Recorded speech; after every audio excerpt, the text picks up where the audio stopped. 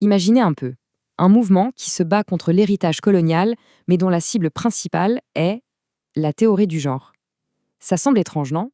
Aujourd'hui, on va tenter de décrypter ce paradoxe assez surprenant des panafricanistes anti-genre. Alors, en général, quand on parle de lutte contre l'impérialisme, on pense à quoi? À l'économie, la géopolitique, ce genre de choses. Eh bien, pour le mouvement qu'on explore aujourd'hui, le terrain de jeu est complètement différent. Le principal champ de bataille, c'est celui du genre. Assez inattendu.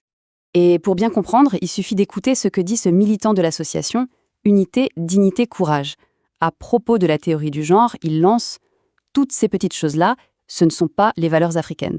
Et voilà, tout est là. Cette idée de valeur africaine menacée, c'est vraiment la clé de toute l'énigme. Ce qui nous amène à la grande question de cette analyse.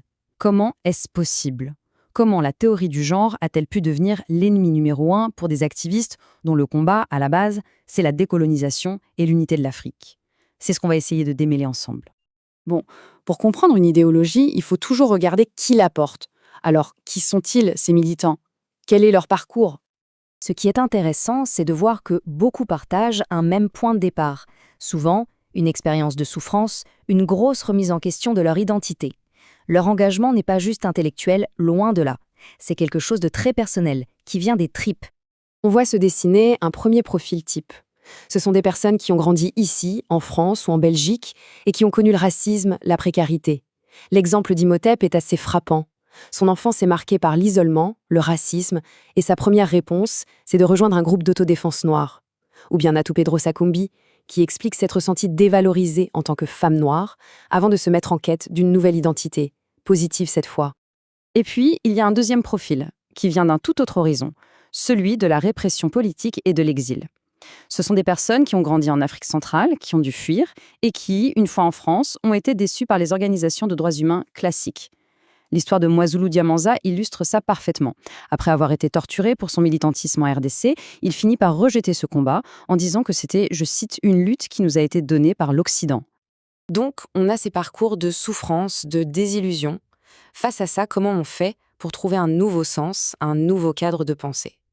Eh bien, c'est là qu'intervient la solution afrocentrique. D'abord, il faut comprendre le cadre général.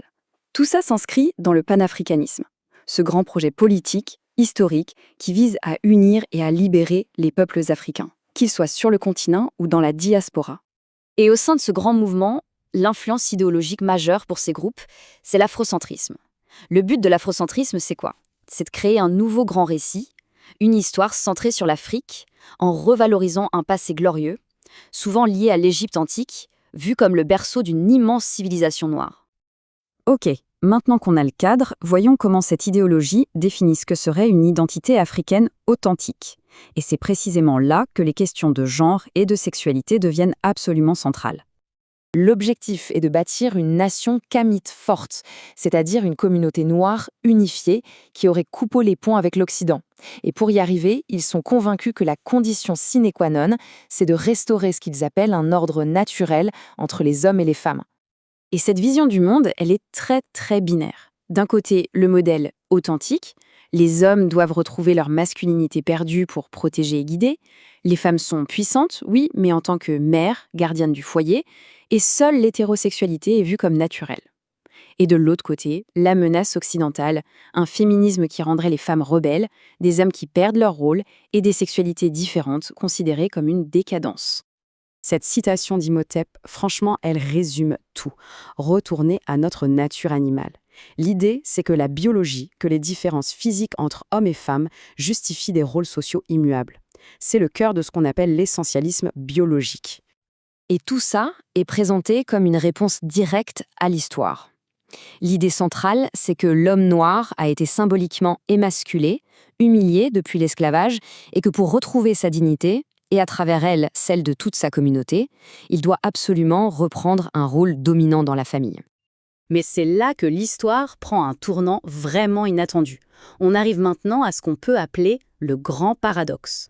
Parce que, tenez-vous bien, pour prouver que la civilisation africaine était supérieure et qu'elle donnait une place de choix aux femmes, ces mêmes militants mettent en avant un idéal de matriarcat précolonial. Oui, un matriarcat. Ça semble en contradiction totale avec ce qu'on vient de voir, non? C'est là que ça devient fascinant. Quand on gratte un peu la surface, on découvre que cette identité prétendument authentique est en réalité un vrai patchwork, un bricolage d'idées qui viennent d'un peu partout, sauf parfois d'Afrique précoloniale. On y trouve des morceaux de morale chrétienne, des concepts de l'idéologie coloniale, des bouts de féminisme différentialiste et même des trucs piqués à la spiritualité New Age. Un sacré mélange. Et voilà le paradoxe, résumé en une phrase.